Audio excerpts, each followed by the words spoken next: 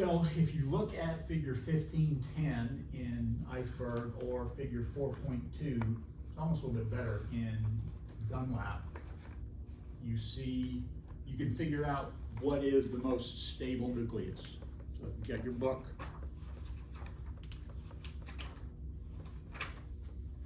(1510) is on page 524 in Iceberg. Figure 4.2 is on page 30. Those are both the, essentially the liquid drop model. Well, it's the data you fit with the liquid drop model. That's probably a better way to think about it. It's the plot of binding energy per nucleon as a function of a number of nucleons. And loosely, if you got it in front of you, tell the people who don't have it in front of them what it looks like. It increases sharply upward at first, and then peaks at around 60 nucleons, and then gradually decreases from there. Yep.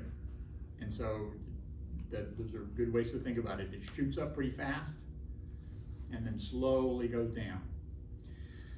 Where is that peak? Iron? Yeah, somewhere around iron 56. I guess the 8 goes over there. I always lose track. Iron 56 is the largest binding energy per nucleon. And so you put in more nucleons, you get more binding energy, but you reach a point of diminishing returns, and iron is that. So if you have fewer nucleons, it drops because of that surface term for the most part. Remember, there's a volume term that doesn't matter, right? B over A would be constant if it only depended on the volume term. The smaller the nucleus, the more surface there is compared to the volume. It really is just a matter of surface to volume ratio that you're looking at. As I make that bigger, this becomes a proportionately smaller part of it. That's what I kind of like Dunlop's figure 4.2, so when you get a chance to have a look at that, where he breaks down the different pieces. And there's a volume term that's fixed. Everything drops from there. And at low nuclei, it's that surface term, so when you get down to 3 or 4, you're way down. Almost nobody has a neighbor, right? Almost nobody has the right set of neighbors. If you look at lithium, you got, what is that, 6 to 4? Well, helium for sure, right? Everybody's got 3 neighbors. Nobody's got the full set. So the surface term is really dominating that and suppressing that binding energy. As you go up, it shoots up pretty dramatically around iron, which is in the middle of that top full row. And then it starts going down. And what is the dominant term there? There's a surface term for sure. It's definitely, it's always a surface term, but it's a proportionately smaller. So if you plot, I were to plot that, B over A, yeah. So this is binding energy per nucleon as a function of nucleon, and you start off with, that's your volume term, doesn't matter. Bigger volume, more nucleons, B goes like A, so B over A is a constant. And then you have a surface term that's subtracting off from that, shoots up like that, never goes down, right? It's always going up, getting proportionately, it's always increasing, but it increases at a smaller and smaller amount.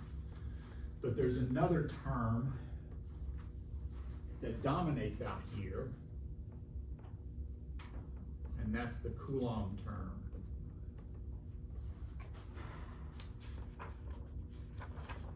And so that pushes that down a lot, and then there's a small symmetry term that has to do, we talked about what that causes. So by far, the biggest, a very big contributor to the decrease in the energy out here, what makes it turn and go down is the Coulomb term. So if I start here and fuse, why is my binding energy per nucleon going up?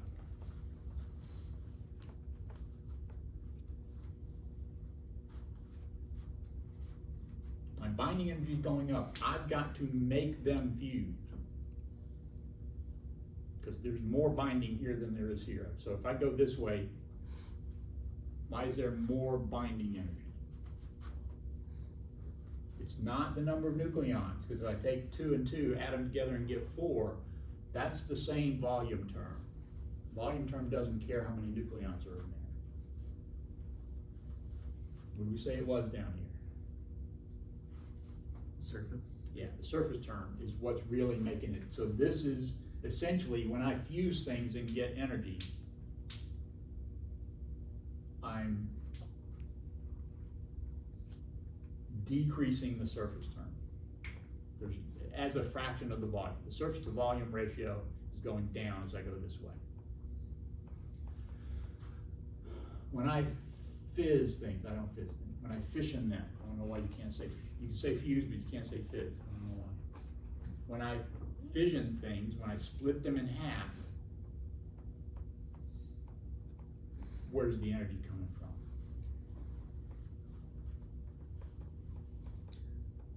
Reducing the Coulomb. It is the Coulomb term. So out here, it's really not more complicated when it comes right down to it than that I'm taking this whole bunch of protons, splitting them in half, and they now repel and go shooting off. It's almost like you push them all in this box and you put a little spring on it and you hope that, or a wire coat hanger, right? So this friend of mine, his brother was a mechanic, and he said he used to find coat hangers wrapped around the springs under his car. And that's because they would compress them, wrap it with a coat hanger, and then tie that off, a wire coat hanger. And that's how they would hold it in place while they took out and did whatever voodoo they do down there. And so every once in a while, they would clip it. Then when they got done, they would just clip it. And sometimes there'd be a little piece of coat hanger hanging around there. I liken those heavy nuclei down near the bottom to that. You've taken a spring, you've compressed it, and you tie it with that wire, and that's how you keep them together. And it's just like this thing ready to go. All you got to do is mess with it. Clip that wire hanger, bang, off it goes. And it's really just half as many protons repelling each other, and that's where the vast majority of that energy comes from. So in a sense, nuclear power plants are just electrical power plants. They're getting energy from just electrostatics.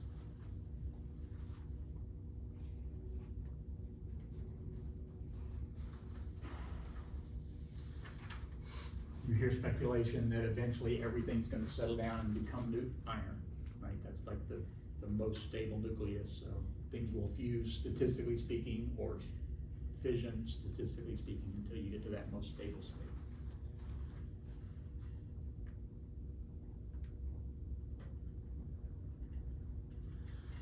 Hey.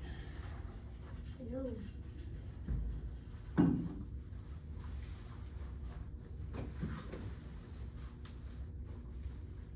Now, depending on which book, the Dunlop talks about beta decay first, and it kind of makes sense. You talked about the packing fraction curve, and we talked about the parabolic dependence on Z, and how there's a minimum of binding energy, a Z at which you get the minimum binding energy. We'll talk about that again when we get there. Iceberg does it in basically alphabetical order. He does alpha decay, then beta decay, then gamma decay. And there's not really any good reason for that. Again, the beta decay kind of makes sense the way Dunlop does it, but I'm kind of following Iceberg. So we're going to talk about alpha decay. Anybody happen to know what an alpha decay is? Helium. It is a helium nucleus. So that's helium-4 flying out of a nucleus. Anybody happen to know what a beta decay is? An electron. It is an electron, or sometimes an anti-electron. So it's just like an electron, except with exactly the opposite charge. Why is that not a proton? Because it has the mass of an Yeah, electron. it's wildly different. This is in fact exactly the same, except for that one thing. So, what about gamma? What kind of particle is that? It's not. It's not very good. Yes, you're the kind of person I want to hang around with. Exactly right. That is an electromagnetic wave that has exactly the same frequency as an X-ray. Well, then why call it a gamma ray? Why does it get a different name? It has higher energy. It's not high energy. It turns out they have the same frequency. Yeah, that would be a good thought, right? You think about that, visible light, radio waves, all those areas, and you have X-rays and then your gamma rays. Well, if you look, they overlap. Same frequency. Well, I didn't call these gamma rays. I didn't call these X-rays. I called them gamma rays. Now, what course are we in? Nuclear? Yeah, so that's why they're called gamma rays. That come from a nucleus. They're just named based on where they come from. An X-ray can have the same frequency, but it comes from electrons oscillating. This is going to come from the nucleus oscillating and making an electromagnetic wave. So we'll talk about that when we talk about all of those. It's fun to look up N rays, especially for physicists who may need a little bit of humility, because you don't learn about N rays. So you should probably look up N rays just to know what they are. An alpha decay looks like this.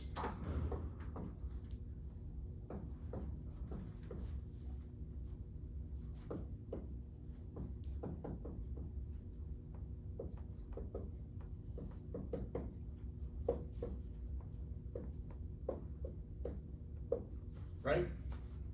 Tell me why that makes sense. What did I conserve there? Mass? Yep. Well, actually not quite.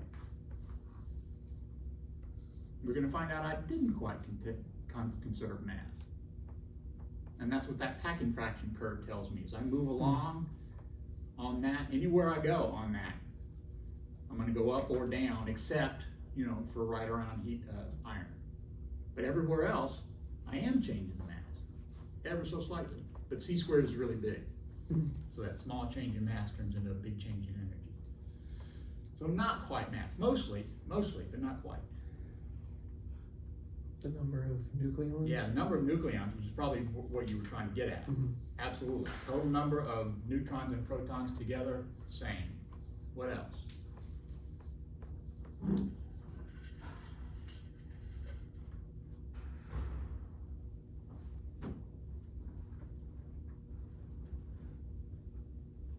A is conserved. So basically the shorthand version of what you just said. What else?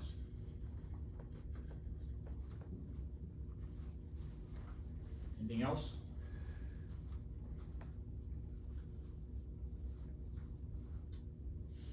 Besides A?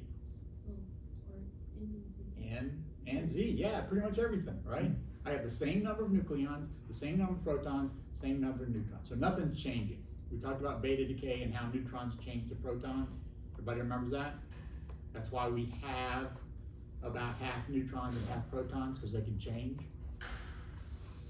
And so, but that's not this. This here, even if A stays the same, Z and N are going to change. And we did an example of that a little bit more. Here, they all stay the same. They just change their energy.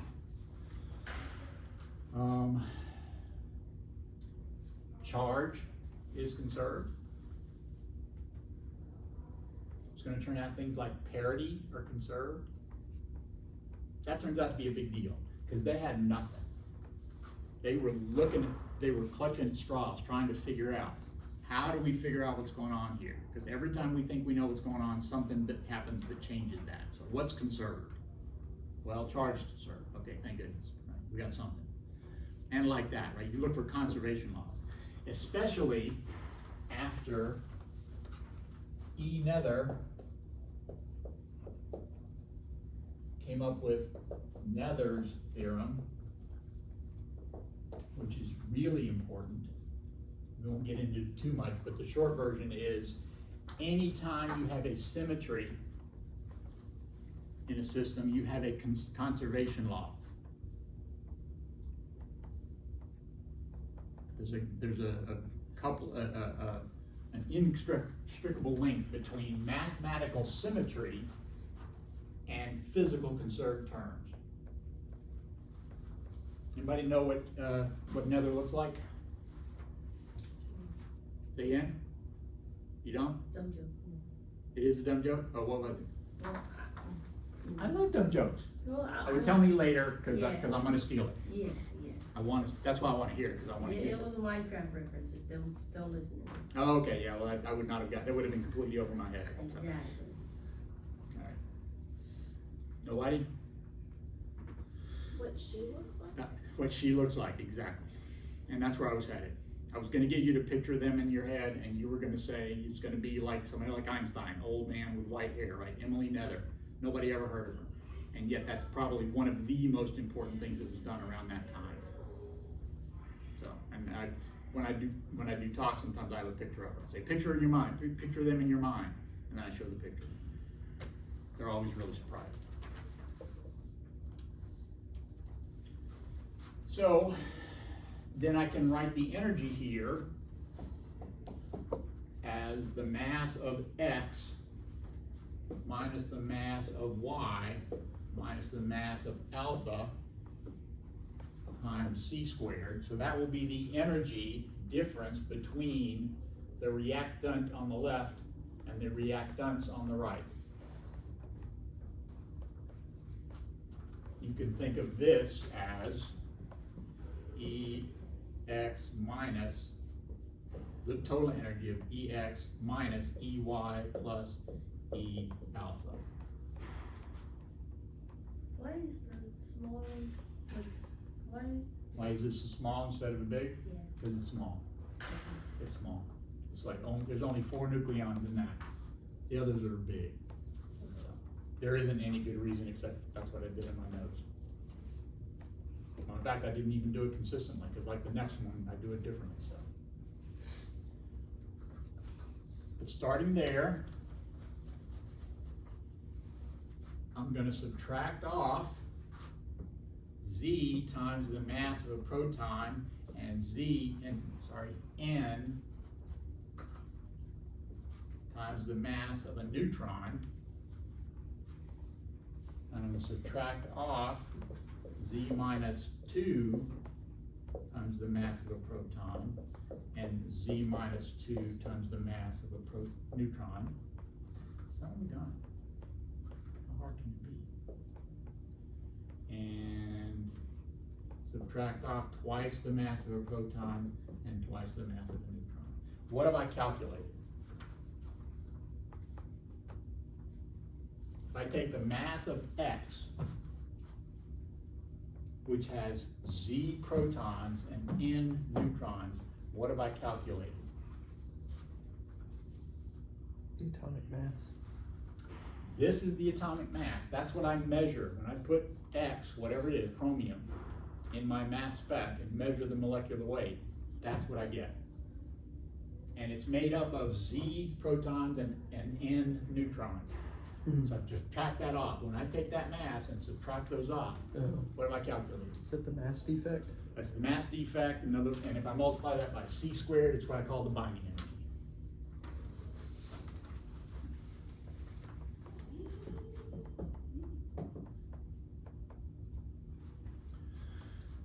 I'm going to put a minus sign in front of it. Why would I do that?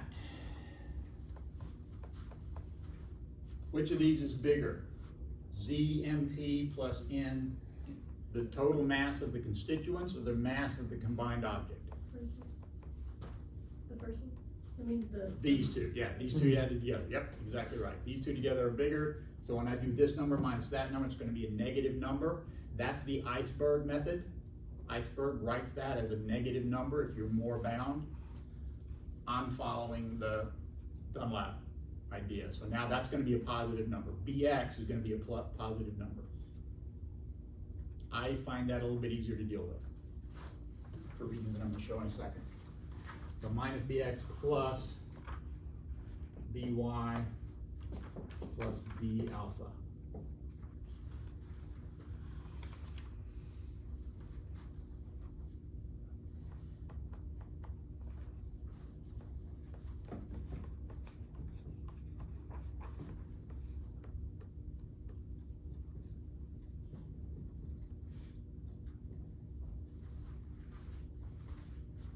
positive number, positive number, positive number.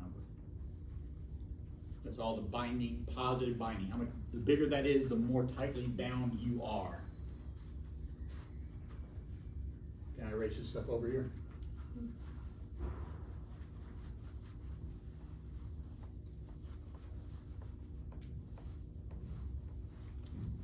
It's a lot easier to erase when it's almost invisible to begin with, so this is kind of a hassle, just so you know.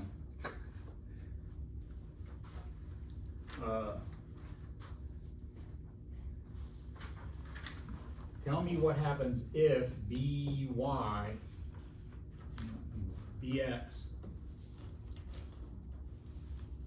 is greater than By plus B alpha.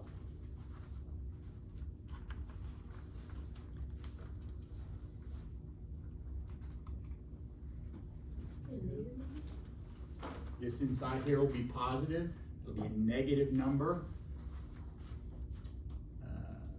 X, so E negative, X more stable. Think of that as I gotta put that energy in. The constituents, the reactants are less stable than what I start with. So I've gotta do work to make that happen.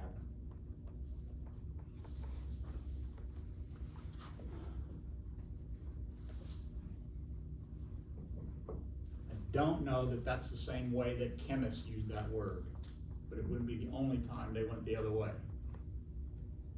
I'm still upset about the whole cation, anion thing. Oh, and I know the answer to your question, so remind me before I leave. I was going to talk about it at the beginning, but I forgot.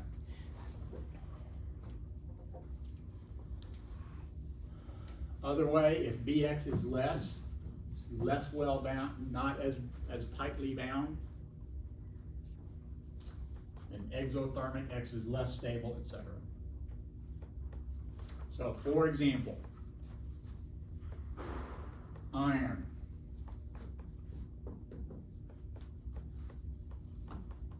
$56. Nope. Yeah, I have this backwards in my notes.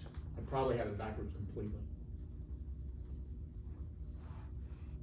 56. Where's iron?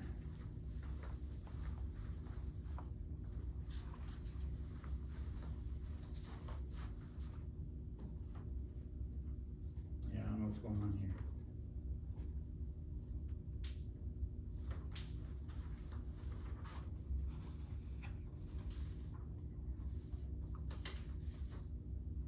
That's right. What are you gonna do? It's definitely iron, so it's definitely 26 nucleons. 26 protons, right? 26, how did I put those? I put Z down here, so that's gonna be 26 protons, 56 nucleons total, and 30 neutrons. That's different from my notes, but I think the numbers are okay, but I screwed up my picture somehow.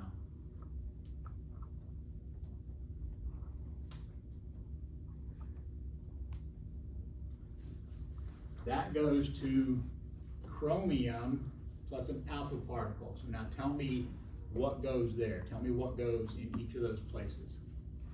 And we'll assume, we'll do it the way I wrote it here, not the way it is in the notes. 52, so top left, 52.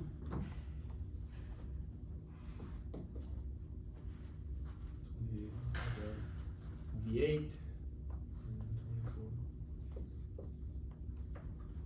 And you just did the math, assuming I know what I'm doing, right? Yeah. Number 4. And is that chromium? Yes, looks okay. Total number of nucleons, 52. I guess from the 51.9961 that really is 52 nucleons. That works okay for a while. Eventually it doesn't, there are places where it doesn't work as well, but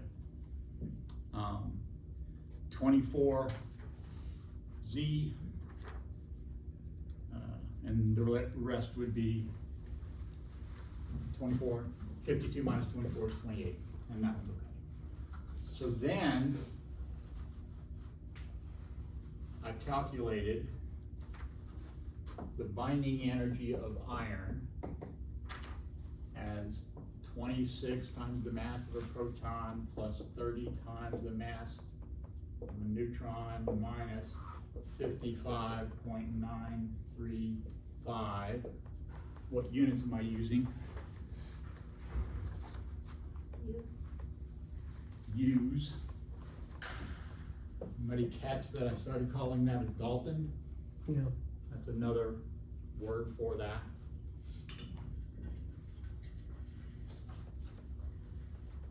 Did that calculation, converted it, and got 506.35 mega electron volts.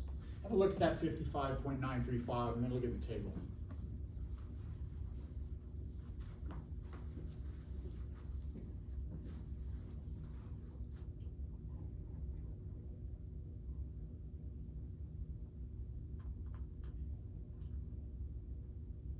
Say it.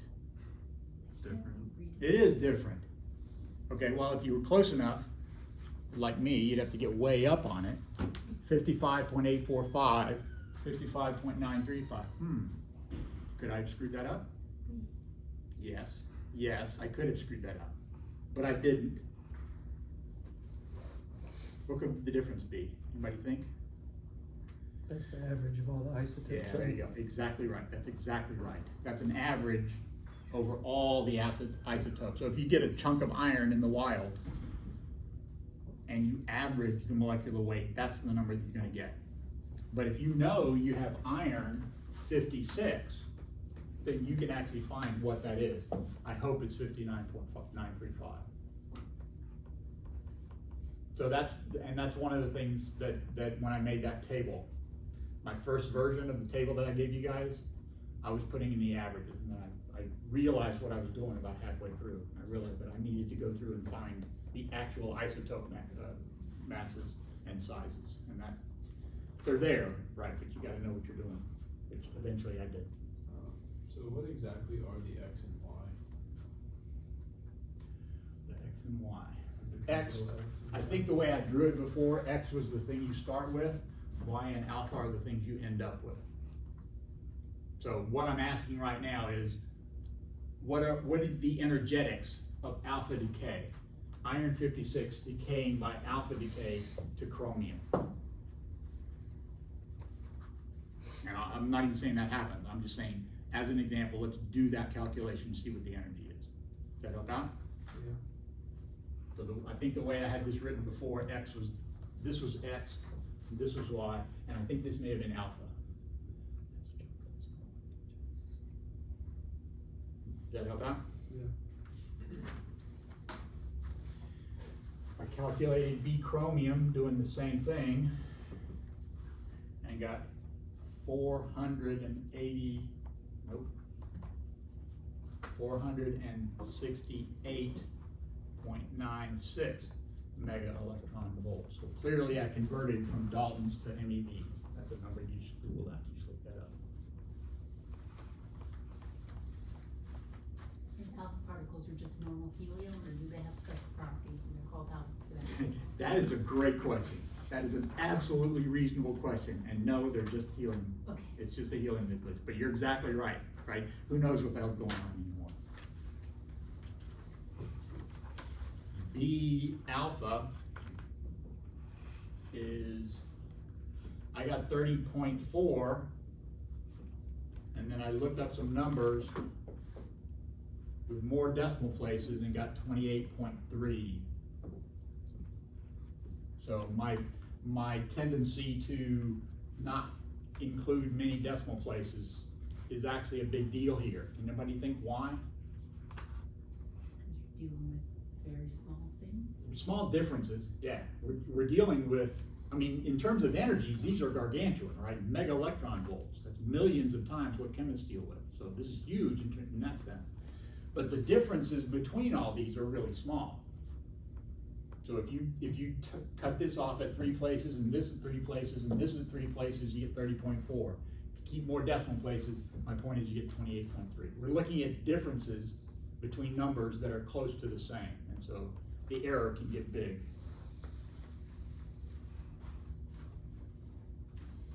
If I then calculate E, this E over here,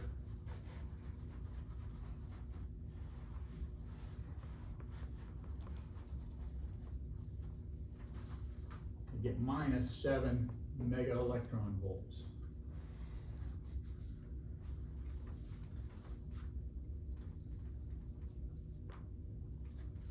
What do we say that does?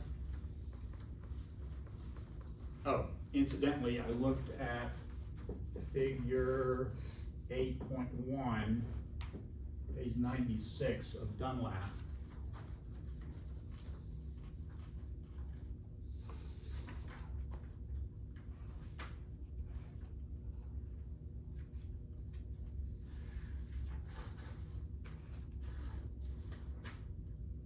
Nope. Oh, there it is.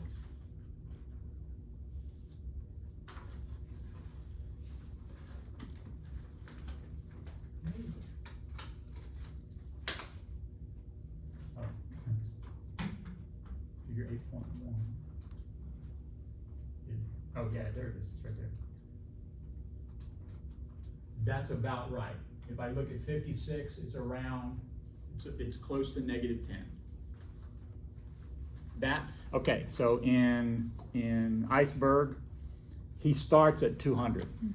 So he doesn't show the energetics of alpha decay below that. Why didn't he do that? Why didn't Iceberg care about alpha decay where you have a negative energy? What is that minus sign telling you? The 7 is about right according to the figure in Dunlap. So I think I'm okay on that. I think I did the calculation basically all right. And it's got a minus sign, consistent with that figure, because I'm kind of following Dunlap, remember. What is that telling you? Iron is more stable than Boom. chromium. Yeah. So it's not going to spontaneously spit out an alpha decay. That's not a lower energy configuration. Somebody would have to make it do that somehow. And I don't even know if you can. So this was sort of an, do this.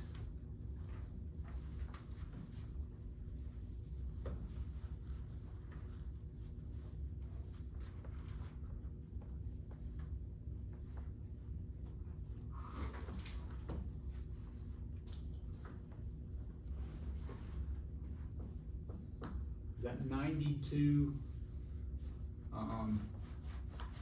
redundant? Yes. You sure you know why it's redundant? None of those ones are right. That one stays the same. But you're gonna have to figure this out. Alpha decay. So it should, not too bad. Do that calculation. I got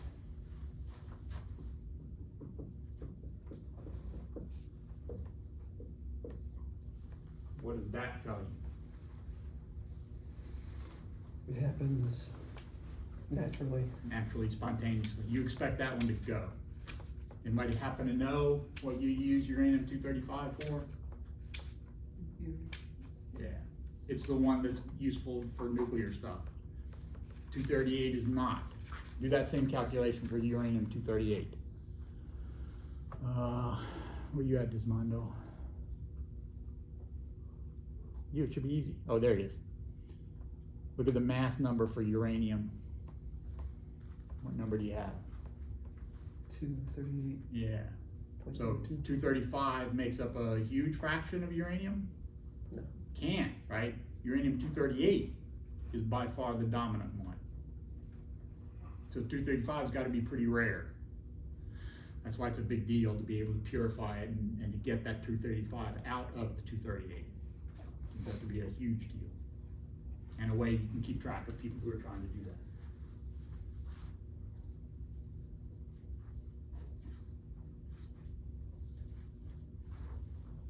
So, I I decided to do this, and you can check it or not as you see fit.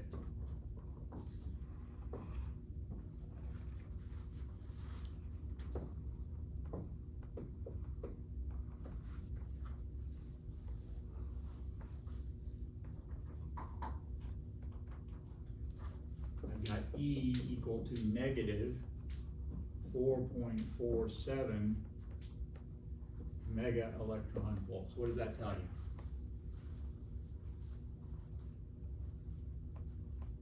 Urane's not gonna be decaying into Yeah, nitrogen. should not happen naturally. But what about this?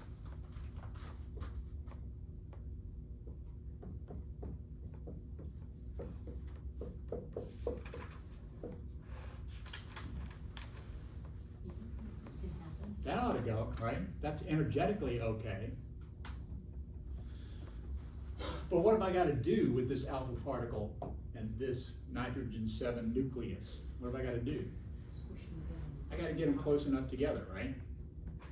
Because generally speaking, they don't want to be near each other. So I spent a little time, we're going to calculate what goes on with that. So this is sort of think of this as a reaction rather than a decay. Think of it as a reaction. Because I'm sending in this alpha particle, I want it to bash into the nitrogen and turn into fluorine. Everybody get the idea, sort of the picture of what I'm trying to approach? So let's just use our skills.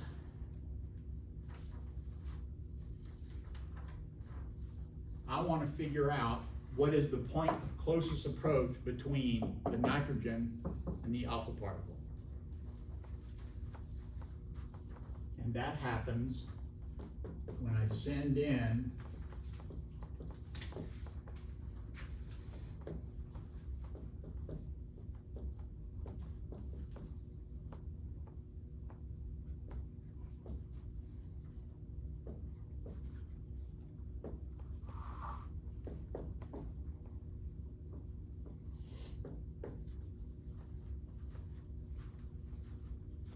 start off with an incoming alpha particle. It has a certain amount of energy. The nitrogen nucleus is sitting still.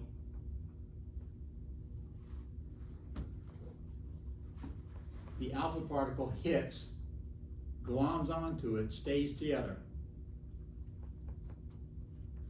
So what do they travel off at the speed of? What kind of collision is this when they stick together at the end? Perfectly inelastic. Yeah, it's inelastic because not all the kinetic energy is there. So this energy and then the balance of the energy, I'm only letting it be electrostatic. That's where the energy goes. The kinetic energy that was quote unquote lost in the inelastic collision is never truly lost. So it's going to show up as increased electrostatic energy. That's going to tell me how close they can get if they stick. Think of this, another way to think about that. I could say I want them to get a certain distance apart. How fast does this one have to go? But we know about how fast it has to go, right? It's got to provide that much energy.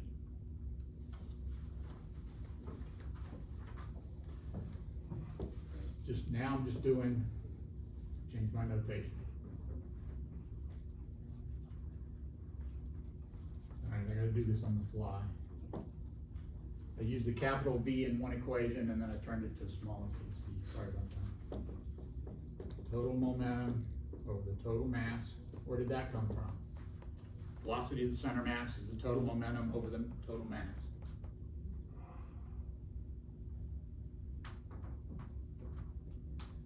That's what I mean by the velocity of the center mass. If I take the total mass and give it a certain velocity so that its velocity is the total momentum of that system, that's what I mean by velocity of the center mass. It's some sort of averaged velocity. Nothing needs to be going that speed. In this case, they are. But generally speaking, nothing needs to be going at the center of mass velocity. It's just the average velocity of all the particles together. That's M alpha, V alpha. That's before. Nope.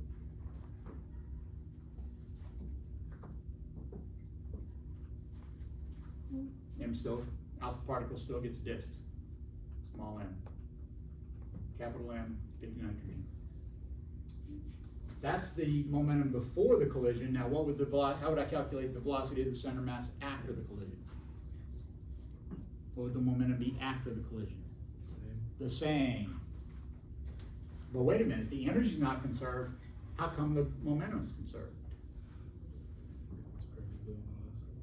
Okay, that's why I quote unquote lost some energy. I lost some kinetic energy. It had to show up in some other form. So I don't have to conserve kinetic energy, but I do have to conserve momentum. That dog just seems fair. What kind of forces conserve total momentum? Internal forces. These are forces the two particles exert upon one another. Those forces don't have to conserve kinetic energy if that energy can show up someplace else, but they definitely do have to conserve momentum. Whose equation is that? And which one? Third.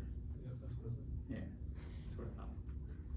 It's like, you know, there's really only two, so it's kind of a 50-50 shot. The first one has momentum in it. Yeah, no, the first one's really just the second one. Yeah. He's really only got two equations. So this is, in fact, the total momentum before and after the collision. I might write it differently, but that's what it is. So the velocity of the center mass is the speed of the alpha particle over 1 plus the mass of the nitrogen of the mass of the alpha.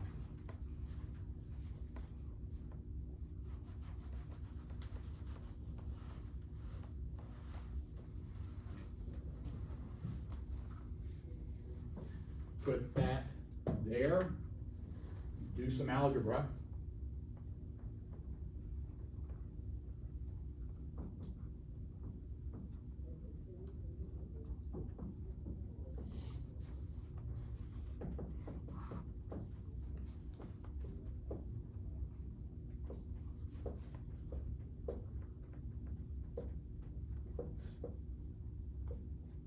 That's a capital M.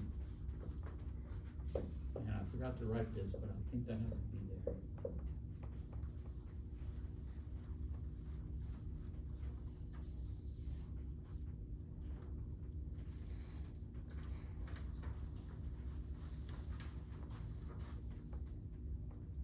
You can solve that for R.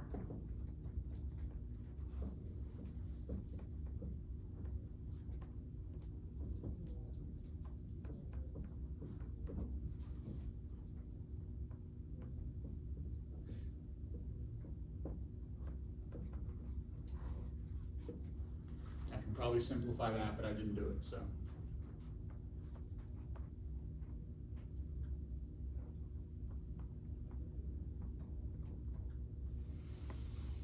So I know most everything in there. I know the mass of alpha and the mass of nitrogen. I know the charge on the alpha particle. I know the charge on the nitrogen nucleus. Why would I not treat that zero? Here's a hint. The energy is going to be in the order of 4 MeV. Remember that was the, where is it? Yeah. Remember that was the energy difference between the one nucleus and the other nucleus, and then I moved that alpha particle to the other side, or I directed the reaction the other way. So I need to provide enough energy so that when it sticks, I have the right binding energy. So that's what that is. That's going to be in the mega electron volts. So when I look at nitrogen, though, I think about, well, okay, it's got 7 protons, but it's also got 7 electrons. It's electrically neutral. Why do I not care about the electrons? The electrons are really small. They're really small and really, really low energy. This alpha particle is going to have no difficulty whatsoever brushing them aside and approaching the nucleus. Our question is, will the nucleus be able to push back hard enough to keep it from sticking? That's what this is telling me. This is how close they can get. If I have this much energy, how close can they get? So I'm not gonna have to worry about that. So Q1 will be 2 protons, Q2 will be 7 protons. Why is it 1 minus that, not the other way around? I think I moved this over to the other side. Oh yeah, I moved that over.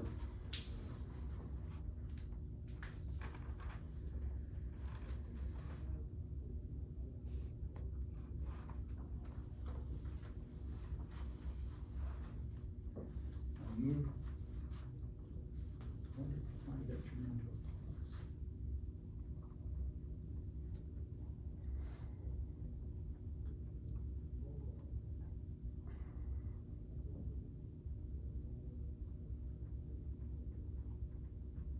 Oh, I forgot to put, that should be a plus.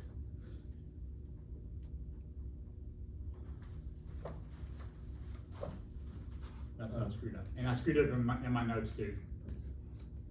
The physics of that, though, is that this is higher energy. Positive, positive, this is all positive. So this is gonna increase the energy.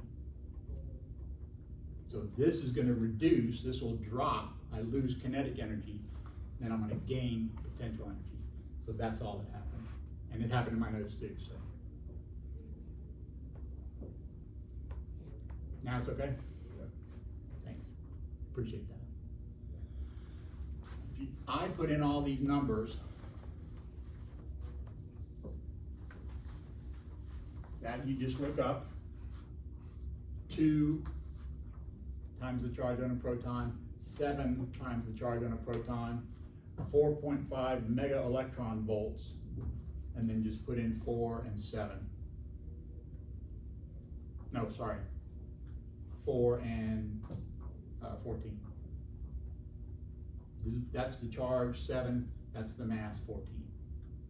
7 protons, 7 neutrons. I get 5.8 femtometers. Is that close enough? No, Why not? strong nuclear force has a radius of like 3 femtometers, right? Depends on how big the nucleus is. So I have a larger nucleus, and this is the center to center distance. So the question is, do the 2 surfaces touch? Do the 2 surfaces get within your 3 femtometer range? You know what you said, femtometers? Yeah. Yeah. So that's what we need to figure out. We need to figure out how big they are. Do we have anything that tells us what the combined radius of an alpha nucleus and a nitrogen nucleus would be? Something like 1.07 femtometers times 4 to the 1/3 plus 14 to the 1/3. Where did any of that come from? Wikipedia, probably. What's that? Wikipedia. We actually did that in here.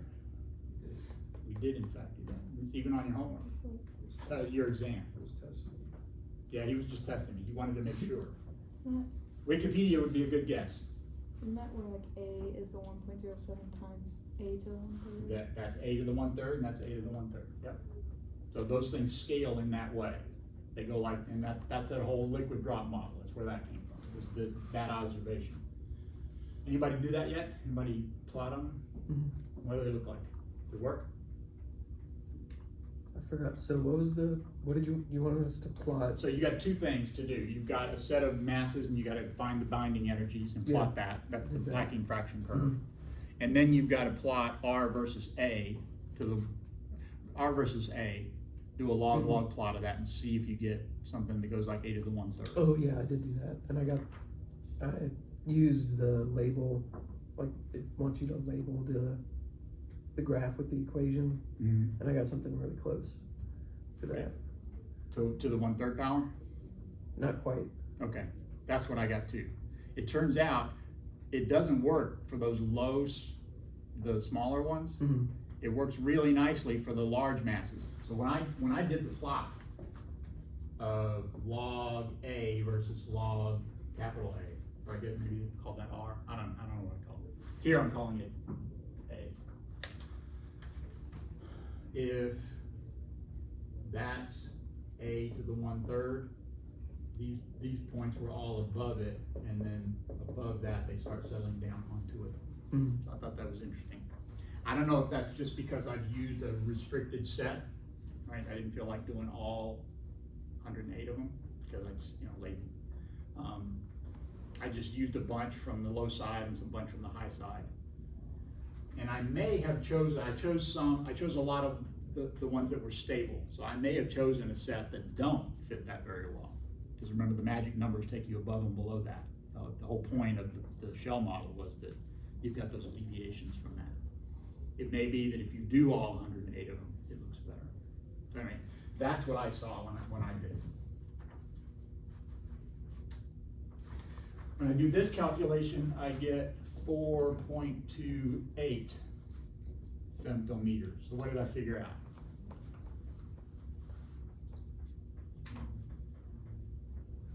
The center to center distance of the Yep.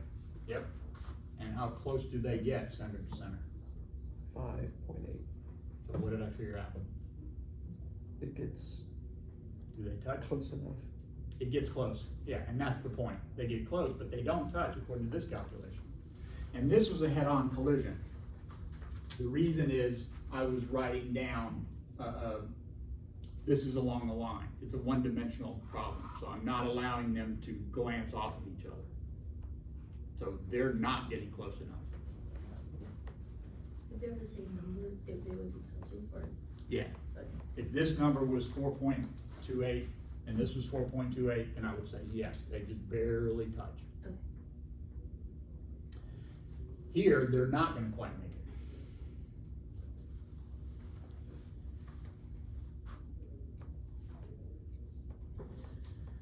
So, but do they even get to that point? The next question I wanted to address was, they're flying along, you got an alpha particle that's going that way, what are the odds that it's gonna run into a nitrogen? Because it's, mostly, the room's mostly empty. So how far? So that has to do with something called a mean free path. So this is gonna be kind of hand wavy. I'm not gonna fully explain a lot of this, but I'll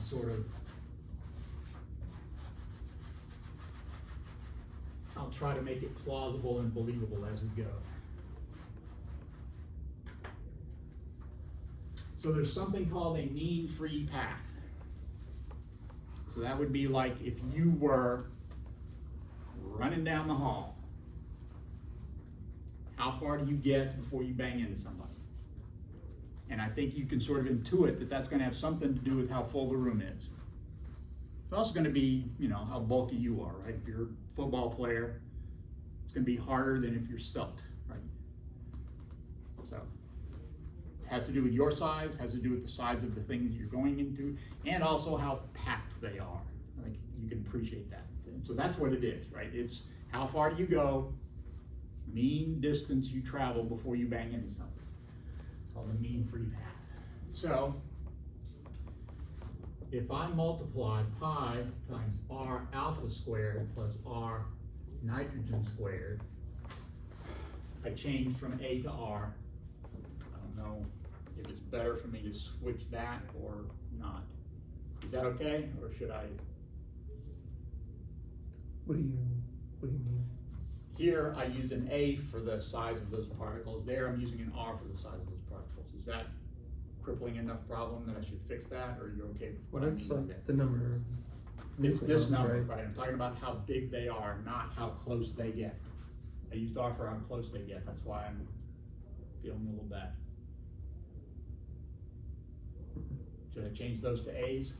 Would that be better for everybody if I do that? I can do it. All right, nope. You don't care, I don't care. Well, I was just saying that those A's right there, that's the number of nucleons, right? That's not the size This of the. capital A is the number of nucleons. This capital A is the number of nucleons. This lowercase a is the radius Oh, I see what you're of the saying. now. nucleus. Yeah. I mean, yeah, it doesn't bother me. It doesn't, okay, that's the only opinion I've gotten so far. What have I calculated there? What is pi r alpha squared? The cross-sectional area of an alpha particle. And that's the right way to think about it. If it were spherical, it's how big a circle does it look like? It's not the surface area. It has four in it. That's the cross section. How big a cylinder does it make? When I do pi times Rn squared, that's the same thing for the nitrogen. It's just bigger. So think of these as two tubes, right? The tube is the nitrogen as I come towards it, and the tube that the alpha particle makes as it moves along. If I multiply by L, that's the cross-section area of two cylinders. That's the length of the cylinder. So what have I calculated? You would A call that the volume. volume, go ahead. I was just gonna say a volume. It is a volume, and it's the volume swept out by these particles. How big a volume have they filled as they travel along? They're not in that volume at any given instant, but think of it as the volume in which they have been.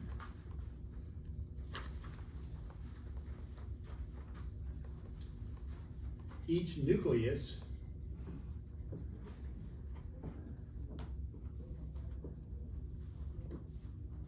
has each N2 has a volume of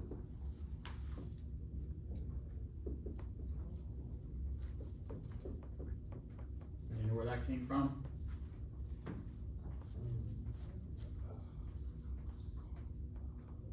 The ideal gas law? It is in fact the ideal gas law, written in terms of Boltzmann's constant and number of particles rather than that gas constant R and number of moles. But that's the ideal gas law, PV equals NKT. So that's the volume per N2. If I put that in, that's going to be something like 4 times 4 times 10 to the minus 26 cubic meters.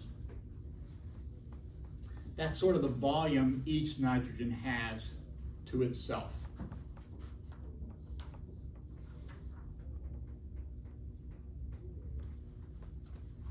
So I claim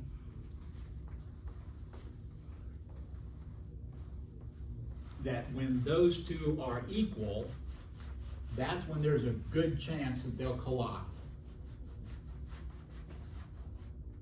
No guarantees, but think about point particles. You can actually reformulate this problem and just say I have point particles and an effectively bigger nitrogen. You wind up doing the same thing. So imagine you have a point particle. You have a large alpha particle, and you're waiting for it to hit a nitrogen, where a nitrogen is. And it's going through there.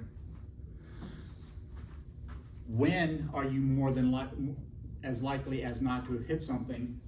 When the volume you've swept out is about the same as what each nitrogen has to itself.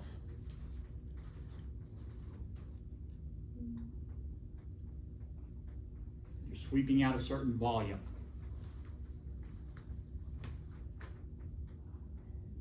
And so you have swept out that volume. Have you hit somebody in it? Well, if you've gone a really small volume, right? No, you haven't hit anybody. If you go really, really far, yeah, you're bound to hit somebody by now. When are you likely as not to have hit somebody? When that volume is about the same as what they have assigned to themselves. Each one of the, think of the nitrogens on a grid. Every one of them has this much space. When I have swept out that much space, that's roughly when I will have collided with them. This is very hand-wavy, but I think about that enough and see if it never makes sense to you, let me know and we'll figure it out.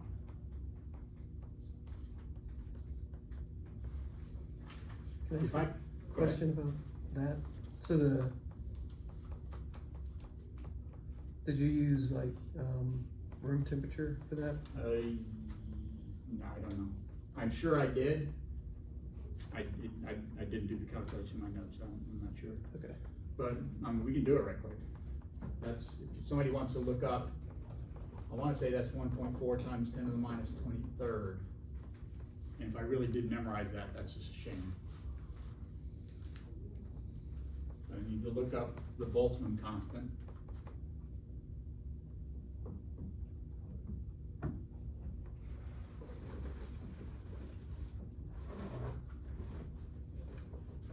Joule per Kelvin.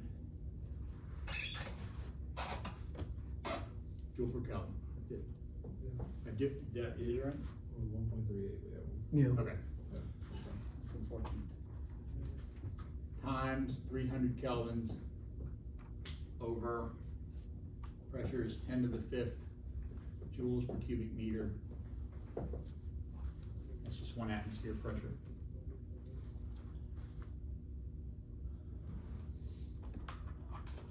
Three times 1.4 is about 4, so far so good.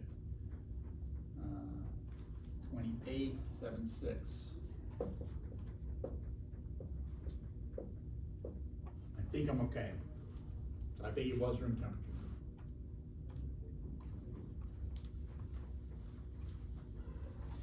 If I put this equal to that and solve for L, because we just figured out what R alpha and Rn are, I get that L equals 823 meters. Again, putting the volume each nitrogen molecule has to itself equal to the volume swept out by these alpha particles as it travels, I get a big number.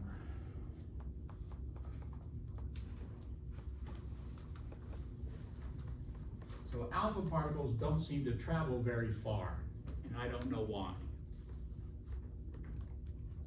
Because this says they should go, they certainly shouldn't stop, right? They shouldn't attach and turn to fluorine, so they're not being absorbed because they don't get close enough.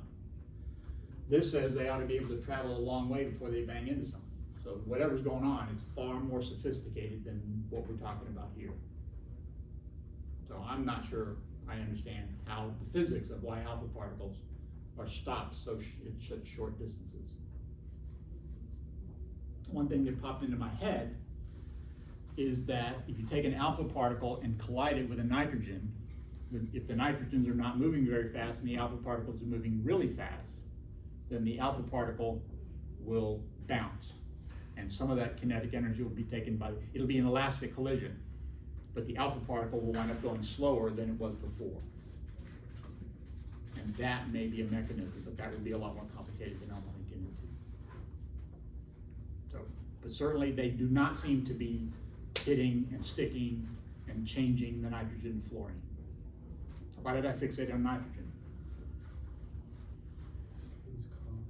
Yeah, it's the thing there's the most of in the air. Okay, I'm gonna figure out what I wanna do with this next part. Because it's bigger than I wanna do, so I gotta figure out how to chop this down. It's about Poisson, the Poisson distribution function for decay. And you may have seen this.